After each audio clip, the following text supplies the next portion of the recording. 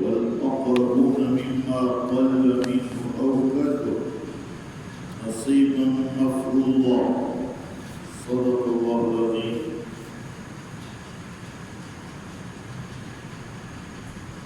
آج ماشاء اللہ 17 رمضان ہے.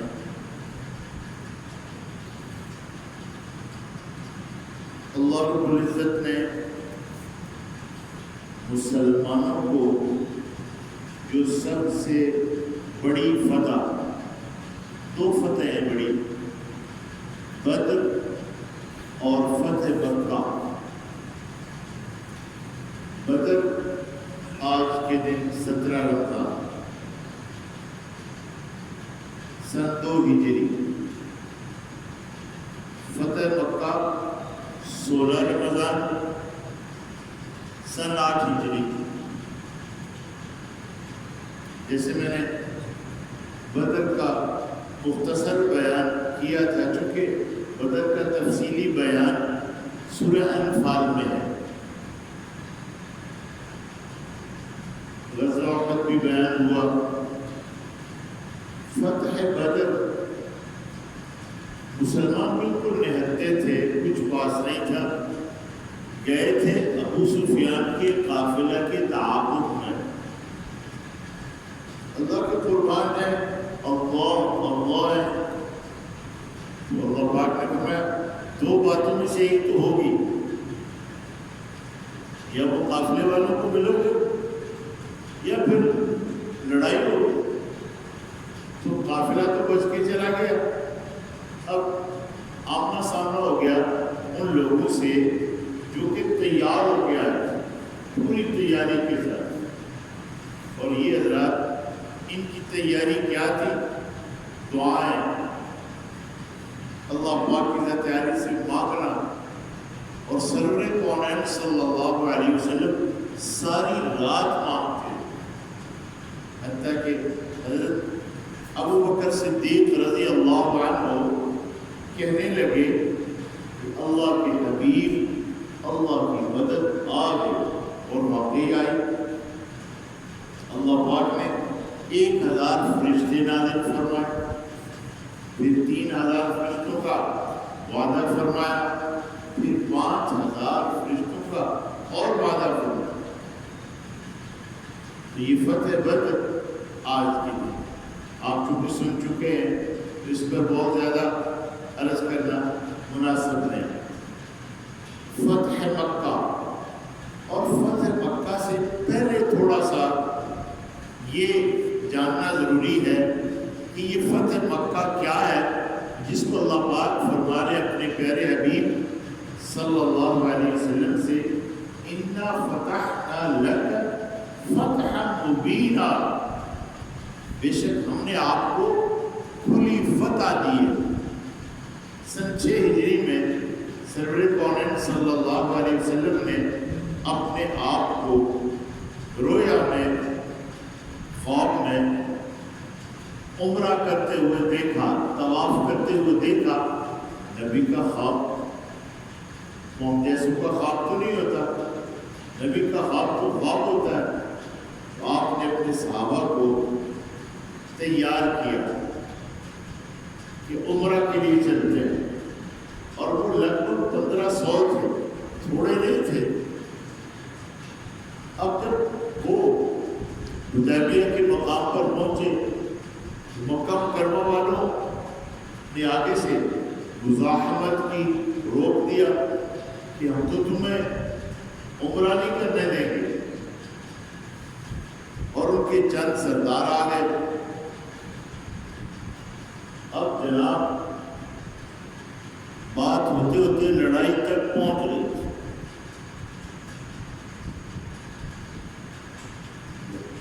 تو حضور پاک صلی اللہ علیہ وسلم نے کفار کے ساتھ اس موقع پر ایک صلح کی تھی، جس صلح کے اندر چند شرائط وہ کتابوں میں لکھی ہیں. ان شرائط کے مطابق صلح کر اور پھر جنگ بندی بھی آپس میں معاہدہ طے ہو گیا. حضور پاک صلی اللہ علیہ وسلم بغیر عمرہ کیے واپس ہوئے اور بغیر عمرہ کیے اپنے سر مڑائے، احرام کھولے۔ حضرت ام سلمہ رضی اللہ تعالی عنہ ازواج مطہرات میں سے، حضور علیہ السلام کے صحابہ تھوڑا سا رکے تو آپ نے عرض کیا اللہ کے رسول آپ اپنا سر مڑائے۔ اب جب آپ نے سر مڑایا تو حضرات صحابہ تھے، ایسی جلدی کی کہ بعض حضرات کے سروں میں اس طرح بھی لگے سنا کر۔ اب یہ 6 ہجری کا قصہ ہے، صلح حدیبیہ جو بھی ہوا جب کر اس میں حضرات صحابہ پر ناگواریاں بھی تھی کہ یہ اتنی دب کر صلح کیوں کر رہے ہیں، ہم تو تیار ہیں، ہم دل سے لڑے۔ اور ایک بات ہو گئی کہ حضرت عثمان غنی رضی اللہ تعالیٰ عنہ گئے تھے اپنا سرداروں سے بات کرنے کے لیے اور انہوں نے روک لیا، تو مشہور ہو گیا کہ عثمان غنی تو شہید کر دیے گئے۔ تو 1500 لوگوں نے بیعت الشجرہ، بیعت الرضوان کی، جو میں موت پر بیعت، ان سب سے اللہ نے راضی ہونے کا اعلان کر دیا۔ تو میں جو عرض کیا کرتا ہوں نا کہ جن لوگوں سے اللہ پاک نے راضی ہونے کا اعلان کر دیا کہ میں ان سے راضی ہوں، تو ہمارے زمانے کے کسی آدمی کو یا کسی جماعت کو یا کسی گروہ کو کیا حق پہنچتا ہے کہ ان حضرات کے بارے میں کوئی اپنے جیوں میں کمی لائے جو جانے نچھاور کر رہے ہیں کہ ہم تو جائیں گے ہی نہیں، ہم نہیں جائیں گے۔ اب یہ جو 6 اور 8 اب 6 ہجری میں آئے تھے کتنے 1500، اور یہ جو امن کا زمانہ ہوتا ہے نا جی، کام امن کے زمانے میں ہوتے ہیں، اور سب سے بڑا دینی کام اس امن کے زمانے میں ہوا، یہ جو 1.5-2 سال تھا۔ اور پھر ان لوگوں نے اپنے معاہدے کو توڑ دیا۔ جب انہوں نے معاہدہ توڑا تو اللہ پاک کی لاچاری اجازت دی اور حضور پاک صلی اللہ علیہ وسلم کے لیے مکہ مکرمہ میں لڑنا حلال کر دیا۔ یہ جو میں نے نماز میں سورت پڑھی اس کی پہلی آیت یہ ہے، اللہ کی قسم تو اللہ کی ہوتی ہے، یاد رکھیے۔ یہ جو لوگ قسمیں کھاتے ہیں کہ ماں کی قسم، باپ کی قسم، بیٹے کی قسم، جنم بیوی کی قسم، لوگ یہ بیوی کی قسم بڑی قسم سمجھتے ہیں، یہ قسمیں نہیں ہوتی، قسم تو اللہ کے نام کی ہوتی ہے۔ تو جناب لا اقسم بهذا البلد وانت حل بهذا البلد ووالد وما ولد لقد خلقنا الانسان في كبد، کہ ہمارے بھی آپ شہر کو شہر کے اندر داخل ہونے والے، آپ اس شہر کو حلال کرنے والے۔ حضور علیہ السلام 2 سال کے بعد 10,000 قدوسیوں کے ساتھ شان و شوکت کے ساتھ مکہ مکرمہ آئے۔ مکہ مکرمہ والوں نے تو حضور علیہ السلام کے ساتھ اچھا سلوک نہیں کیا تھا، اپنے تھے، اپنا خاندان تھا، وہ برائے نہیں تھے۔ آپ کو نکالا، اللہ نے کیا فرمایا؟ لَتَدْخُلُنَّ الْمَسْجِدَ الْحَرَامَ إِنْ شَاءَ اللَّهُ آمِنِينَ مُحَلِّقِينَ رُؤُوسَكُمْ وَمُقَصِّرِينَ لَا تَخَافُوا۔ ہمارے بھی آپ ضرور بھی ضرور مسجد حرام میں اگر اللہ نے چاہا داخل ہونے والے، امن کے ساتھ، کوئی آپ کا مقابل نہیں ہوگا۔ آپ اپنے سروں کو حلق بھی کریں گے اور چھوٹے بال بھی کرائیں گے، آپ ڈریے نہیں۔ قربان جائے جب آپ داخل ہوئے مکہ مکرمہ میں شان و شوکت کے ساتھ، اور مختلف جماعتوں کے پاس جھنڈے تھے، ابو سفیان حضرت عباس کے ساتھ کھڑے تھے اور مسلمانوں کی شان و شوکت کو دیکھ رہے تھے کہ یہ کون سا گروپ گزرا ہے، کون سی جماعت گزری ہے، یہ فلاں ہے اور ان کا امیر فلاں ہے جس کے ہاتھ میں مسلمانوں کا جھنڈا ہے۔ اور یہ تھا کہ جب سرور کونین صلی اللہ علیہ وسلم مکہ مکرمہ داخل ہو رہے تھے تو آپ نے اعلان کر دیا تھا کہ جو اپنے دروازے بند کر لے اسے امن ہے، جو بیت اللہ شریف میں داخل ہو جائے اسے امن ہے، جو ابو سفیان کے گھر میں داخل ہو جائے اسے امن ہے۔ اور کچھ لوگ ایسے تھے جن کے بارے میں حضور نے یہ ارشاد فرما دیا تھا کہ اگر وہ کعبۃ اللہ کی چادر پکڑ کر اس کے بھی اندر چھپ جائے تو انہیں پھر بھی نہیں چھوڑا، کچھ ایسے بھی تھے اور ان کو قتل کیا گیا تھا۔ چند لوگ حضور نے قتل کیے، زیادہ قتل عام نہیں ہوا۔ جب لوگوں نے یہ مشہور کر دیا الیوم یوم المرحمہ کہ آج کچھ تو خون کا دن ہے، آج تو لوگ مار دیے جائیں گے، یہ مفہوم ہے۔ آج حضور کیا فرما رہے ہیں؟ لا تثریب علیکم اليوم، آج تم پر کوئی زیادتی نہیں، الیوم یوم المرحمہ، آج تو شفقت کا دن ہے، آج تو رحمت کا دن ہے، آج تو معاف کرنے کا دن ہے۔ حضور داخل ہوئے مکہ مکرمہ میں پوری شان و شوکت کے ساتھ، اور یہ شان و شوکت کا سفر بھی رمضان میں۔ اور ام المؤمنین عائشہ صدیقہ رضی اللہ تعالیٰ عنہ کی وفات بھی رمضان میں، حضرت علی کرم اللہ وجہ کی شہادت بھی رمضان میں۔ تو میں یہ نہیں کہتا کہ دن منانے چاہیے، دنوں کا منانا یہ کوئی شریعت مطالعہ میں نہیں ہے۔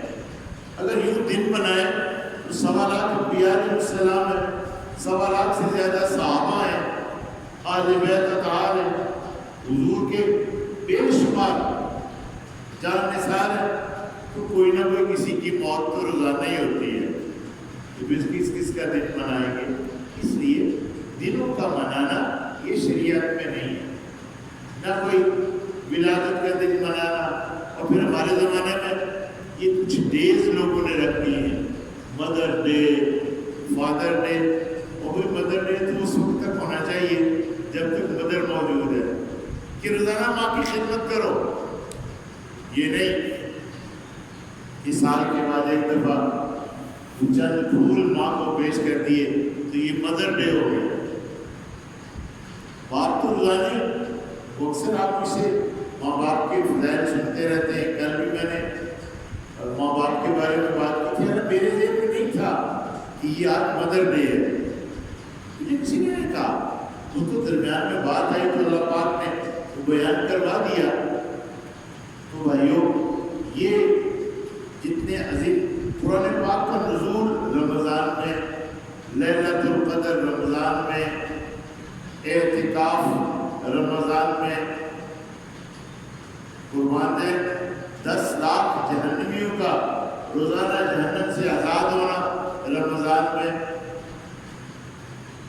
تو یہ رمضان اور قرآن اس کا گہرا تعلق ہے۔ اور یہ جو ہم نماز تراویح پڑھتے ہیں، تراویح تربیہ سے حضور علیہ السلام کے زمانہ مبارک میں یوں با جماعت 20 رکعت نماز تراویح اہتمام کے ساتھ یوں نہیں تھی، آپ نے صرف 3 روز قیام اللیل تراویح کی شکل میں کیا ہے، اور پھر 3 دن کے بعد آپ نے اس کا اہتمام نہیں کیا۔ آپ گھر سے نکلے ہی نہیں اس کے لیے، اور آپ نے فرمایا کہ میں اس لیے نہیں نکلا کہ مجھے ڈر ہوا کہ یہ تم پر فرض ہی نہ کر دی جائے، اور اللہ کا اگر فرض ہو جاتی تو 8 رکعتیں بھی پڑھنا مشکل ہوتی، 20 کا تو الگ مسئلہ ہے. تو یہ نماز تراویح 8 میں ہے اور اس میں مختلف روایات ہیں. 40 بھی ہے، 20 بھی ہے، 10 بھی ہے. قیام اللیل جو حضور پاک صلی اللہ علیہ وسلم کی عمومی نماز جو رات کا قیام ہے وہ 13 رکعتیں بھی ہیں، 11 رکعتیں بھی ہیں اور کم بھی ہیں. کم از کم 2 ہے. پوچھا گیا حضرت ام المومنین عائشہ صدیقہ رضی اللہ تعالی عنہا سے کہ آپ حضور کی رات کی تہجد، رات کا قیام فرمایا کیا تھا؟ تو آپ نے فرمایا کہ حضور رمضان اور غیر رمضان دونوں میں 8 رکعتیں جمع 3 وتر یہ پڑھا کرتے، اس سے زیادہ نہیں کرتے. اب بھائی یہ 20 کیوں ہو گئی؟ پھر جب حضور نے زیادہ نہیں کی تو یہ 20 کیوں ہو گئی؟ مدینہ منورہ میں 20، مکہ مکرمہ میں 20، باقی میں علاقوں میں 8 بھی پڑھتے ہیں اور زیادہ بھی پڑھتے ہیں. لیکن مسجد حرام اور بیت اللہ شریف میں 20 ہی. اس سال انہوں نے وہ حالات کے پیش نظر 10. بعض لوگوں نے کہا کہ یہ 10 کیا ہوا؟ تو میں نے جب اس میں حدیث کی کتابوں میں دیکھا تو 10 میں موجود، 8 تو ہے ہی قیام اللیل کی شکل میں. تو یہ جب حضور دنیا سے چلے گئے، صدیق اکبر رضی اللہ عنہ زمانہ گزر گیا 2 سال، اس کے بعد حضرت عمر فاروق رضی اللہ عنہ کا زمانہ آیا. تو ان کے زمانہ میں مختلف جگہوں پر مسجد نبوی میں یہ نماز پڑھی جاتی ہے اور مدینہ منورہ والے 40 تک رکھتے پڑھتے. یاد رکھیے ترویہ یہ 4 رکعتوں کے بعد جو بیٹھا جاتا ہے آرام کے لیے اسے ترویہ کہتے ہیں. مکہ مکرمہ والے 4 رکعتوں کے بعد طواف کرتے تھے. اور آج کا طواف تو نہیں تھا کہ جس میں گھنٹہ لگے، وہ تو خالی ہوتا تھا بیت اللہ 5-7 منٹ میں 10 منٹ میں کر لیں طواف ہو جاتا تھا. تو پہلے 4 رکعت پڑھتے، پھر طواف کرتے، پھر 4 پڑھتے. تو یاد رکھیے تراویح یہ جمع کا صیغہ ہے اور یہ 8 پر نہیں بولا جاتا. حضور کے زمانہ میں یہ لفظ نہیں ہے، یہ بات کا ہے. تو وہ اگر 2 ہوں تو ترویحتان ہوتا ہے. جیسے ہمارے بعض حضرات 8 کے قائل ہو گئے، لیکن یہ یاد رکھیے کہ ہمارے زمانے میں 8 کے قائل ہوئے.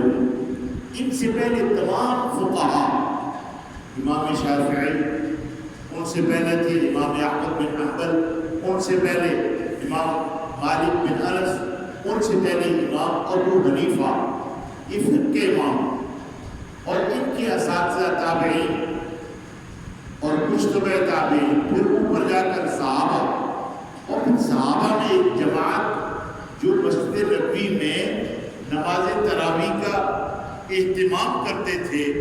یہ حضرات عمر فاروق رضی اللہ تعالیٰ عنہ کے زمانہ میں آپ نے دیکھا بے شمار جماعت کی نمازیں ہو رہی ہیں.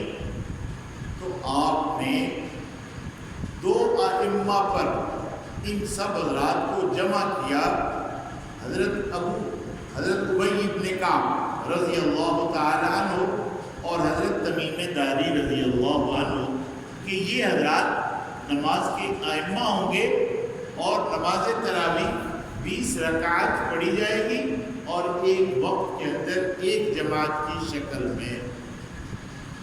بعض لوگوں کو حضرت عمر رضی اللہ عنہ کے نام سے چیڑ ہو گئی اور یہ بہت بری بات، کوئی بھی ہو. ان کے مناقب تو اکثر آپ مجھ سے سنتے ہی رہتے ہیں. یہ تھوڑا منقب ہے کہ حضور فرمائیں کہ اگر میرے بعد کوئی پیغمبر ہوتا تو حضرت عمر ہوتے. 22 جگہ پر ان کی رائے کے مطابق قرآن پاک اترا ہے. جس راستے سے عمر گزرتے شیطان ہٹ جاتا، شیطان دور ہو جاتا، اور آپ فتنوں کے درمیان آپ کی دیوار ہیں. اور ایک بات آپ مجھ سے سنا کرتے ہیں کہ ایک عیسائی حضرت عمر رضی اللہ تعالیٰ عنہ کے زمانہ میں آیا، ابو داؤد شریف کی روایت ہے. تو جب آپ کو پتہ چلا تو آپ نے اسے بلایا، تو وہ آنے میں ذرا ہچکچاہٹ اس نے محسوس کی. اسے کہا ڈریے نہیں، آ جاؤ. وہ آ گیا تو اس سے کہا کہ میرے بارے میں تمہاری کتابوں میں کیا لکھا ہے؟ اس سے کہا جی مجھے معاف کیا جائے. اس کا کہنا یہ تھا کہ اگر میں نے کوئی بات کی تو مجھے اس کی سزا نہ ملے. تو آپ نے کہا نہیں. تو اس نے کہا جی ہماری کتابوں میں یہ لکھا ہے کہ آپ فتنوں کے درمیان آہنی دیوار ہیں، جب تک آپ ہیں فتنے سر نہیں اٹھائیں گے. اور ایسا ہی ہوا، جب تک عمر رضی اللہ تعالیٰ عنہ رہے کوئی فتنہ نہیں اٹھا. جب آپ کی شہادت ہوئی، آپ کی شہادت کے بعد حضرت وہ بھی درمیان میں بات آ گئی کہ یہ جو چناؤ ہوتا ہے اسلام میں جمہوریت نہیں ہے. اسلام میں جمہوریت نہیں ہے، رائے ہے، مشورہ ہے. اور مشورے کی بات بھی میں آپ کے سامنے کر چکا ہوں. مشورہ امانت ہوتا ہے. مشورے میں ایک دوسرے کی رائے کا پتہ چلتا ہے اور اچھی اچھی آراء سامنے آتی ہیں. جب عمر فاروق رضی اللہ تعالیٰ عنہ کو اس بات کا یقین ہو گیا کہ میری موت ہو جائے گی، تو اس زمانہ میں حضرت ابو عبیدہ بن الجراح جو امین الامہ ہیں وہ طاعون امواس میں شہید ہو چکے تھے. جو بڑے صحابہ موجود تھے عشرہ مبشرہ میں سے، اس میں حضرت سعد بن ابی وقاص، حضرت عبد الرحمن بن عوف، حضرت عثمان، حضرت طلحہ، حضرت زبیر، حضرت علی، یہ 6 لوگ.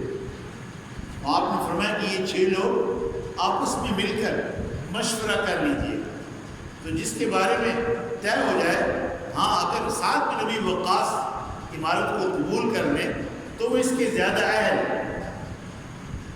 اور میرے بیٹے عبداللہ ابن عمر کو مشورے میں لے لینا. یاد رکھنا میرا بیٹا کر کے عبداللہ ابن عمر کو امیر نہیں بنا. قربان ہے ایسے لوگ. وہ جناب تھوڑی سی بات ہوئی تو حضرت عبد الرحمن بن عوف رضی اللہ تعالیٰ نے کہا کہ آج کا فیصل وہ ہوگا جو عمارت سے دستبردار ہو، کہ اس کے اندر عمارت کا جذبہ نہیں ہوگا، اور میں اس سے دستبردار ہوں، میں امیر نہیں بننا چاہتا. اور پھر ان سب سے مشورہ ہوا اور یہ کہا کہ آپ اپنے اپنے امور، 3 یہ ہے 3 یہ ہے، وہ میرے حوالہ کریں. اب سب کی بات سنی، ہر ایک کے پاس الگ سے حضرت عثمان کے پاس گئے، الگ سے حضرت علی رضی اللہ تعالیٰ عنہ کے پاس گئے، تو سب نے معاملہ ان کے حوالہ کیا کہ آپ جس کے ہاتھ پر بیعت کر لیں ہم سب اس کے ہاتھ پر بیعت کر لیں. اب جب یہ مشورہ ہوا تو انہوں نے اپنا ہاتھ حضرت عثمان غنی رضی اللہ تعالیٰ عنہ کے ہاتھ میں دے دیا. اب سب نے بشمول حضرت علی کرم اللہ وجہ، ان سب حضرات نے حضرت عثمان غنی رضی اللہ تعالیٰ عنہ کے ہاتھ پر بیعت کر دی. بڑی فتوحات ہوئی، اور آخر میں جا کر جو بات میں درمیان میں عرض کرنے لگا ہوں کہ وہ اس عزیز سے پوچھا حضرت عمر رضی اللہ تعالیٰ عنہ نے کہ بتا میرے بعد جو آنے والا خلیفہ ہے وہ کیسا ہوگا؟ تو اس نے جواب دیا کہ یہ خلیفہ تو بہت نیک ہوگا. ہماری کتابوں میں خلیفہ بہت نیک ہوگا، مگر ان کا گوشہ، ان کا دل اپنے رشتہ داروں کے بارے میں نرم ہوگا. تو قربان جائیں، آپ نے اپنی فراست سے سمجھ لیا ہوگا، اور آپ کی رائے بھی امت کے سامنے آنی تھی. آپ نے فرمایا اللہ عثمان پر رحم کرے، اللہ عثمان پر رحم کرے، اللہ عثمان پر رحم. کہ اچھا بتاؤ اس کے بعد جو خلیفہ ہوگا حضرت عثمان رضی اللہ تعالیٰ عنہ کے بعد وہ کیسا ہوگا؟ کیونکہ جی خلیفہ تو بہت نیک ہوگا، اس میں کون سا شک ہے؟ حضرت علی رضی اللہ تعالیٰ عنہ کے نیک ہونے میں اور شہر کا علم بڑے علماء میں سے تھے. حضرت علی رضی اللہ تعالیٰ عنہ بڑے عالم تھے، اللہ عالم، اور بڑے اعلیٰ فیصلے کرتے تھے. آپ کے فیصلے کو کوئی چیلنج نہیں کرتا تھا اس زمانہ میں. تو اس نے قسیس نے کہا جی خلیفہ بہت نیک ہوگا، مگر اس وقت تلوار نیام سے باہر آ چکی، تلوار نیام سے باہر آ چکی ہوگی. حضرت عثمان غنی رضی اللہ تعالیٰ عنہ کی شہادت ہوئی، اس کی تفصیل پھر کسی موقع پر عرض کروں گا. اس شہادت کے بعد 2 جماعتیں بن گئی، اور وہ 2 جماعتیں ایسی کہ اس زمانہ کے اغراض والوں نے اخلاص والوں کو لڑا دیا. یہ میرا جملہ نہیں، ایک بہت بڑے عالم ہندوستان کے اغراض والوں نے اخلاص والوں کو لڑا دیا. اور ایسی بڑی لڑائی کہ ان 3 لڑائیوں میں جو جنگ نہروان، جنگ جمل اور جنگ صفین کے نام پر ہوئی، 1 لاکھ کے قریب صحابہ، تابعین اور تبع تابعین شہید ہوئے. تو محترم بھائیوں، کوئی بھی تاریخی واقعہ، قصہ سنانا ایک الگ چیز ہے، اور علم کے لیے لوگوں کو سکھانا الگ چیز ہے. لیکن ان قصوں کو لے کر، ان واقعات کو لے کر امت کے اندر حضرات صحابہ کے بارے میں ایسا رخ اختیار کرنا کہ امت کے آج کے افراد حضرات صحابہ کے بارے میں کچھ کمیاں آ جائیں، بھائیو یہ ہرگز درست نہیں ہے. اس کے بارے میں کہا کرتا ہوں کہ ان حضرات کے تو قصوں کو بیان کرنے کے لیے بھی الفاظ کا چناؤ پھونک پھونک کر کہ کوئی لفظ ایسا نہ ہو کہ اس لفظ کی وجہ سے سننے والوں میں ان کی محبت میں کمی آئے. اور میں آپ کا بھائی ہوں، آپ کا ساتھی ہوں، آپ میرے پیچھے نماز پڑھتے ہیں، ایک عرصے سے آپ میرے ساتھ ہیں، جمعے بھی پڑھتے ہیں. مجھے اللہ کے گھر میں امید ہے کہ پچھلے 35 سالوں میں جب سے میں آپ کے ساتھ ہوں، شاید ہی کو میری زبان سے کوئی ایسا لفظ نکلا ہو کہ جس میں آپ حضرات کے جیوں میں ان حضرات کی محبت کے خلاف کوئی جذبہ آیا. وہ کبھی کوئی ایسا موقع ہے؟ اور اس کی وجہ کیا ہے؟ کیا پتی اور کیا پتی کا شوربہ، میری حیثیت ہی کیا ہے؟ یہ قرآن تو ہمارے پاس ان کی وجہ سے پہنچا ہے، یہ دین تو ان کی وجہ سے پہنچا ہے. یہ وراثت کے مسائل، یہ سارے مسائل ان کی وجہ سے. اور یہ جو آپ یقین کریں، میں گھڑی کی طرف دیکھتا رہتا ہوں، مختصر درس دینا چاہتا ہوں لیکن وہ لمبا ہی ہو جاتا ہے، کیسے کیا کریں. اب اتنے واقعات ہیں، اتنی باتیں ہیں. اس سال میں نے یہ عرض کیا تھا کہ جتنا ہو گیا تھوڑا ہو گیا تو بھی کافی ہے. اس کی وجہ یہ ہے کہ معارف و مسائل، معرفت اور مسائل کی معرفت یہ بہت ضروری چیز ہے. اور میرے اللہ نے چاہا امید ہے آپ کو اس ماہ کے دروس میں، درس کی جمع دروس ہے، درسوں میں آپ کو انشاءاللہ اتنا فائدہ ضرور ہوا ہوگا کہ آپ 1 ماہ کے درس کے بعد آدھے مولوی تری میں کہہ سکتا ہے لیکن کوئی چوتھا حصہ تو مانی جائے. پورا دین بیان ہو رہا ہے، مسائل بیان ہو رہے ہیں، فضائل بیان ہو رہے ہیں، واقعات بیان ہو رہے ہیں، قرآن کے قصص بیان ہو رہے ہیں، انبیاء علیہ السلام کے قصے بیان ہو رہے ہیں. اور بیان وہ ہو رہا ہے جو قرآن و حدیث میں ہے. جو قصہ کہانی کا تو ہمارا وہ شعبہ ہی نہیں ہے میرا کہ میں یوں ہی شروع کر دوں یا کوئی لطیفے سناؤں یا کو بولتے نہیں. آج کل بولتے نہیں، مقررین لگتا سو گئے ہو، لگتا اٹھ گئے ہو، عجیب عجیب باتیں، اور درمیان میں لطیفے اور ٹوٹکے. اور تم بات ہی ایسی کرو لوگ خود کہیں ہاں سبحان اللہ ہمیں دین سمجھ آیا.